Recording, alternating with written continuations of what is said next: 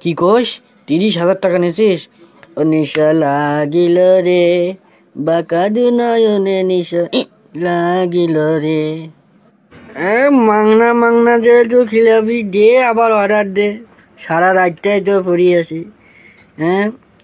আকাশ ভরা চারা নদী ভরা জল। কিরে মিল্লাত, অসময়ে তুই অফিসত দেখিস চললাম ওই অফিসিয়াল কাজে কত ব্যস্ত। অসময়ে ফির কিসের বায়না ধরি আসলু? স্যার কি আর কম, বিরাট একটা বিপদ হয়ে গেছে স্যার। কি হয়েছে টপ করি ক। স্যার অঙ্কুর মেডিকেল থেকে ফোন দিয়েছিল, ভাই বেলের অঙ্কুর মেডিকেলত ভর্তি হয়ে আছে। মোর বেটার ফির কি হইবে? হয়তো সকালবেলায় মোর কাছ থেকে টাকা নিয়ে গেল বই কেনার জন্য 30,000। স্যার মুই এত কিছু জানো না, হাসপাতাল থেকে বাড়ির নাম্বারে ফোন দিয়েছিল। গাড়ি বের কর, টপ করি চল হাসপাতাল চল। ডাক্তার সাহেব কি হয়েছে মোর খাওয়ার, কি হয়েছে? আস্তে কথা বলেন। ও আপনি আসছেন? আপনার ছেলে গত রাতে যে পরিমাণ নেশাদ্রব্য গিলছে, মানে মদ, আপনার ছেলে তো এখন মৃত্যু সজ্জায়, মানে বাসা পড়ার মাঝখানে। এখন উপরে আল্লাহ, নিচে আমরা যথেষ্ট চেষ্টা করছি, এখন আল্লাহ ভরসা। ডাক্তার সাহেব না, ডাক্তার সাহেব মোর খাওয়া তো মদ খায় না।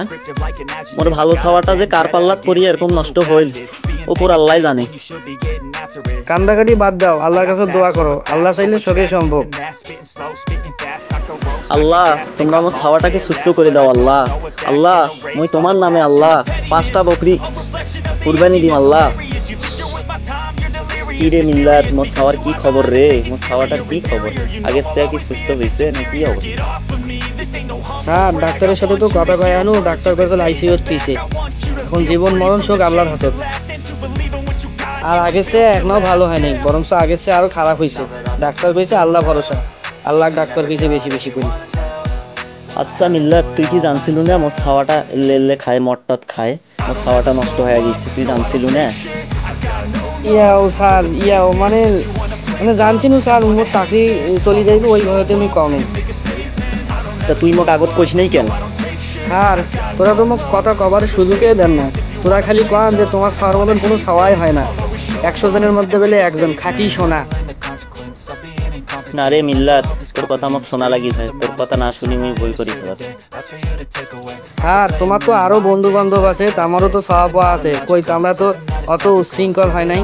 তারা তো আমার ছাওয়া পাওয়া গুলা নিয়ন্ত্রণে রাখছে, তারা তো কত সুন্দর সুন্দর মানুষ হয়েছে। আরেকটা কথা বলে তোলা আরো মন খারাপ করবেন, ওরা তো কি জাকাতও দেন না। জাকাত না দিলে সম্পত্তি টাকা পয়সা এগুলো সব অপবিত্র হয়, আর অপবিত্র জিনিস দিয়ে কি ছাওয়া পাওয়া মানুষ করা যায়? ছাওয়া পাওয়া মানুষ হয় না। তোমরাই কন, আর তোমার কতদিন মুই করছো যে স্যার জাকাত দাও জাকাত দাও জাকাত দাও, তোরা আমার কথা শোনেনি না। হ্যাঁ রে মিল্লাত, তুই মোক ঠিকই করছিলি, তোর কথা না শুনি মুই ভুল করছো। জাকাত না দিয়াই আজ মোর এই অবস্থা। মোর খাওয়াটা আজ বিফলে গেছি। আগত জেলে জাকাত দেওয়া নাই, এখন জেলে দেওয়া নাই, সব হিসাব কর তুই। মুই সব জাকাত একসাথে দিন, মুই আর এই ভুল করবার চাও না। মোর খাওয়াটার যে কি অবস্থা, আল্লাহ মোক মাফ করে দাও আল্লাহ। এখন থেকে মুই সব জাকাত দিন আল্লাহ, তুমি আমার খাওয়াটাকে মাফ করে দাও।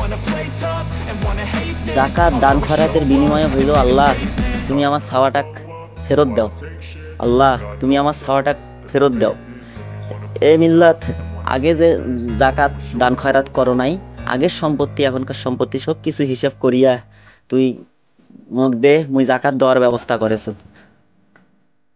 ঠিক আছে স্যার, মুই তোমার বর্তমান অতীত সবগুলো সম্পত্তির হিসাব নিকাশ করিয়া তোমাক মুই দিয়ে দিম, তোমার কয় টাকা জাকাত দেওয়া লাগবে। সুপ্রিয় দর্শক মণ্ডলী, আসসালামু আলাইকুম ওয়া রাহমাতুল্লাহ। জাকাত ইসলামের 5টি পন্থীর মধ্যে একটি পন্থী। সামর্থ্য অনুযায়ী সকলকে জাকাত দিতে হবে। সামর্থ্য থাকা অবস্থায় যদি কেউ জাকাত না দেয়, তাহলে কাল কিয়ামতের দিন কঠিন শাস্তি ভোগ করতে হবে। আসুন আমরা সকলে সঠিক নিয়মে সঠিক সম্পদের হিসাব করে জাকাত প্রদান করি। আর ভিডিওটি যদি আমাদের ভালো লাগে তাহলে অবশ্যই একটি লাইক ও শেয়ার দিবেন। সকলে ভালো থাকবেন, জাকাত দিবেন।